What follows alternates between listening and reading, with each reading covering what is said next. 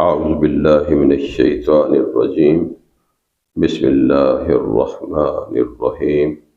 الحمد لله رب العالمين الرحمن الرحيم مالك يوم الدين إياك نعبد وإياك نستعين صدق الله مولانا العظيم. آج انشاءاللہ سورۃ فاتحہ اس کی پہلی 4 آیات کو ہم سمجھنے کی کوشش کرتے ہیں۔ اللہ تعالیٰ سے دعا ہے کہ اللہ تعالیٰ ہماری اس میں مدد فرمائے۔ جی، الحمدللہ رب العالمین۔ الحمد میں یہ جو الف لام ہے، یہ عام طور پر عربی زبان میں کسی کو مخصوص کرنے کے لیے، یعنی پراپر ناؤن بنانے کے لیے استعمال کیا جاتا ہے۔ جیسے کتابن، اس کا مطلب ہوگا ایک کتاب یا کوئی کتاب، اور اگر ہم کہیں الکتاب تو اس کا مطلب ہوگا کوئی خاص کتاب۔ تو لیکن یہاں پر جو ہے یہ لام، یہ اسے کہتے ہیں لام تعریف، یعنی معرفہ بنانے کے لیے، پراپر ناؤن بنانے کے لیے۔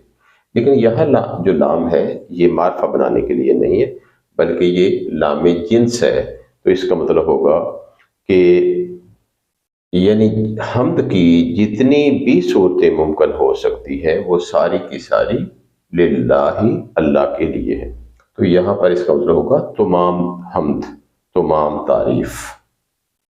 تو الحمد تمام تعریف للہ، یہ پہلے جو ہے یہ لام جارہ ہے اور اس کے ساتھ اللہ کو ملایا گیا ہے، اللہ۔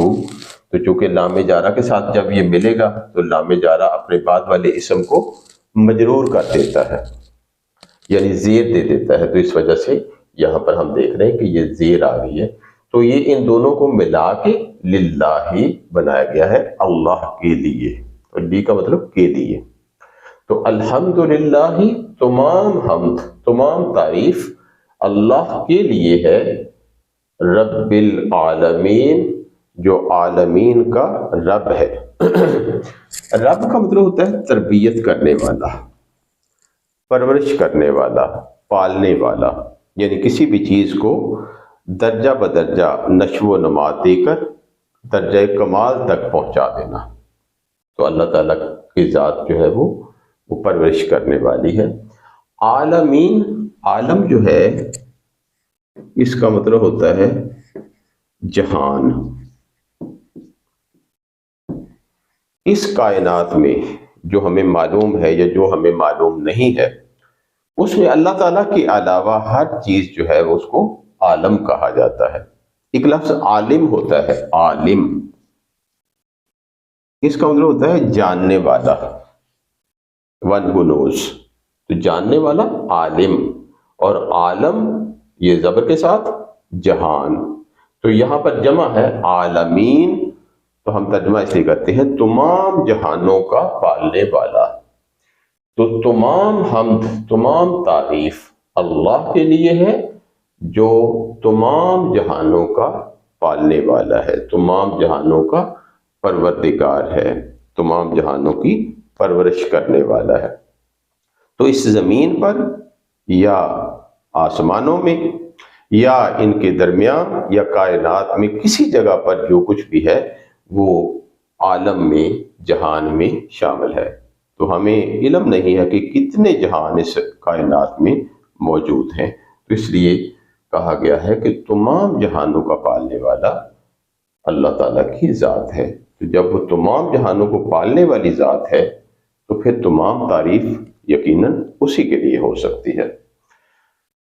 اور یہاں پر الرحمن الرحیم، یہ اس کی 2 صفات بیان کی گئی ہے کہ وہ رحمان بھی ہے اور وہ رحیم بھی ہے۔ رحمان جو ہے یہ لفظ فعلان کے وزن پہ ہے، اور یہ ایک مبالغے کا وزن ہوتا ہے، یعنی کسی کی بہت زیادہ تعریف کرنا ہو تو اس کے لیے پھر یہ وزن استعمال کیا جاتا ہے۔ تو وہ رحمان ہے، لیکن اس کا رحم جو ہے وہ حد سے بڑا ہوا ہے۔ اس کے رحم میں جوش، قوت اور ولولہ پایا جاتا ہے، اور کوئی رکاوٹ اس کے رحم کو روک نہیں سکتی۔ ایسا زبردست اس کا رحم ہے۔ اور دوسرا جو ہے رحیم، اس کا بھی ایک وزن ہے، یہ فعیل کے وزن پہ ہے اور یہ بھی مبالغے کا ہی وزن ہے۔ تو ایسا رحم کرنے والا جس کا رحم ازل سے لے کر ابد تک ہے، اس میں دوام پایا جاتا ہے، اس میں ہمیشگی پائی جاتی ہے، اور اس کا رحم جو ہے وہ ہمیشہ ہمیشہ کے لیے چلتا رہے گا۔ رحمان جو ہے اس میں زیادہ وزن ہے، یہ زیادہ مبالغہ ہے رحیم کی نسبت۔ رحمان جو ہے یہ اللہ تعالیٰ کی ذات کے ساتھ یہ لفظ مختص ہے، کسی اور کے لیے رحمان کا لفظ استعمال نہیں کیا جا سکتا۔ جیسے ہم اللہ کسی بھی اور کے لیے استعمال نہیں کر سکتے اس ایک ذات کے علاوہ، اسی طرح رحمان جو ہے یہ بھی اس ایک ذات کے علاوہ کسی کے لیے بھی استعمال نہیں کیا جا سکتا۔ البتہ رحیم جو ہے یہ انسانوں کے لیے بھی استعمال کیا جاتا ہے۔ تو بعض علماء کرام فرماتے ہیں کہ رحمان جو اللہ تعالیٰ کی صفت ہے، اس کا ظہور اس دنیا میں ہو رہا ہے، کیونکہ یہاں اس کے رحم سے کافر بھی فائدہ اٹھا رہے ہیں اور مسلمان بھی فائدہ اٹھا رہے ہیں، جبکہ اس کی یہ والی صفت جو ہے رحیم، یہ صرف قیامت والے دن ہوگی، کیونکہ وہاں پر صرف اور صرف مسلمان اس کے رحم سے فائدہ اٹھانے والے ہوں گے، کافر اس کے رحم سے کوئی فائدہ وہاں پر نہیں اٹھا سکیں گے۔ تو وہ رحمان بھی ہے اور وہ رحیم بھی ہے۔ مالک یوم الدین، وہ بدلے کے دن کا مالک ہے، بدلے کا دن، جزا کا دن، حساب کا دن اس کا مالک ہے، یا قیامت کے دن کا مالک ہے۔ تو دین یعنی مالک تو اردو میں ہم لفظ استعمال کرتے ہیں، مالک اونر، اور یوم دن کو کہتے ہیں، اور دین جو ہے یہ بدلہ، یعنی جو کسی نے اچھا کام کیا ہوگا اس کو بھی بدلہ اسے دیا جائے گا، اور اگر کسی نے کوئی غلطی کی ہوگی، برا کام کیا ہوگا، تو اس کو بھی وہاں پر اس کا بدلہ دیا جائے گا۔ تو اس لیے اس کا ترجمہ ہم بدلے کا دن یا قیامت کا دن کہہ سکتے ہیں۔ حساب کا دن اس کا مالک ہے، تو حساب کے دن کا مالک ہے، تو یہ اس کا ترجمہ ہم کر سکتے ہیں۔ ایاک نعبد و ایاک نستعین، ہم صرف تیری ہی عبادت کرتے ہیں اور ہم صرف تجھ سے ہی مدد مانگتے ہیں۔ دیکھیں لفظ ہوتا ہے عبد یعبد، عبد یہ ماضی کا صیغہ ہوتا ہے، اور یعبد وہ عبادت کرتا ہے یا وہ عبادت کرے گا، یہ مضارع ہے، اور مضارع کا ترجمہ حال اور مستقبل دونوں میں کیا جاتا ہے۔ تو پھر وہ ہمیں کانٹیکسٹ بتاتا ہے کہ یہاں پر ہم نے اس کا ترجمہ حال میں کرنا ہے یا مستقبل میں کرنا ہے۔ تو یعبد وہ عبادت کرتا ہے یا وہ عبادت کرے گا۔ اسی کو اگر ہم تعبد بنا دیں تو اس کا مطلب ہوگا تم عبادت کرتے ہو یا تم عبادت کرو گے، اور اگر ہم واحد متکلم بنائیں اعبد، میں عبادت کرتا ہوں یا میں عبادت کروں گا، اور نعبد ہم عبادت کرتے ہیں یا ہم عبادت کریں گے۔ اور اگر ہم کہنا چاہیں کہ ہم تیری عبادت کرتے ہیں تو یہ مفعول بعد میں لگا دیا جائے گا کا ضمیر، تو نعبد کا ہم تیری عبادت کرتے ہیں۔ اب اگر اس میں زور دینا ہو تو پھر یہ کا جو ہے یہ بعد میں لانے کی بجائے مفعول جو ہے وہ شروع میں لے آیا جاتا ہے، تو یہ بن جاتا ہے کا نعبد، لیکن یہ اکیلا نہیں لگایا جاتا، اس کے ساتھ پھر ایا بھی لگا دیا جاتا ہے۔ تو ایاک نعبد، اب اس کا مطلب ہو گیا کہ ہم صرف تیری ہی عبادت کرتے ہیں، یعنی تیرے علاوہ کسی اور کی عبادت نہیں کرتے۔ تو ہم صرف تیری ہی عبادت کرتے ہیں۔ عبادت میں بنیادی مفہوم اطاعت کا ہوتا ہے، لیکن اطاعت کبھی جزوی ہوتی ہے اور کبھی بادل نخواستہ، یعنی طوعاً و کرہاً کی جاتی ہے، نہ چاہتے ہوئے یا چاہتے ہوئے۔ تو ایسی اطاعت جو ہے وہ عبادت نہیں کہلاتی۔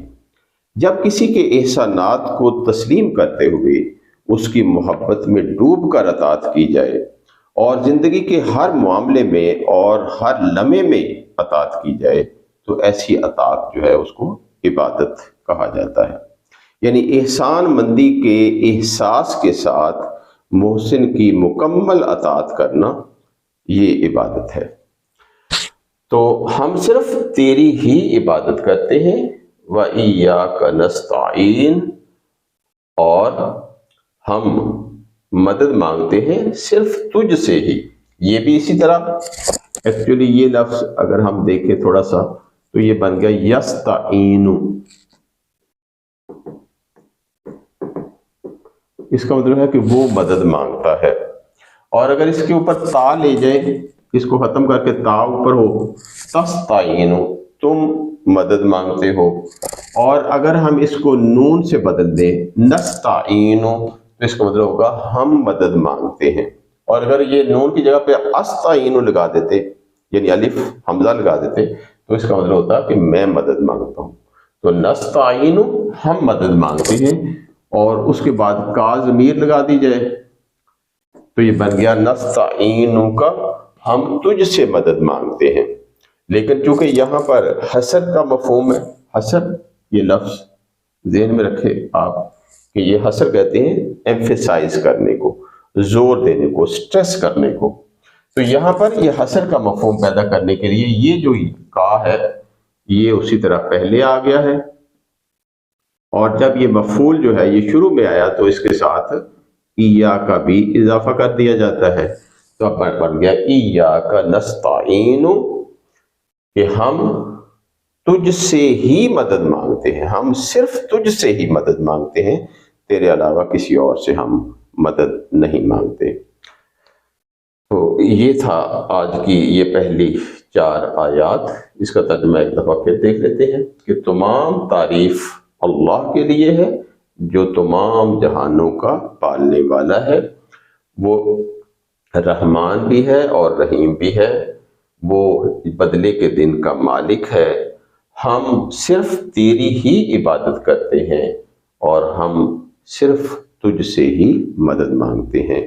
سبحانک اللہم و بحمدک، نشہد ان لا الہ الا انت، نستغفرک و نتوب الیک.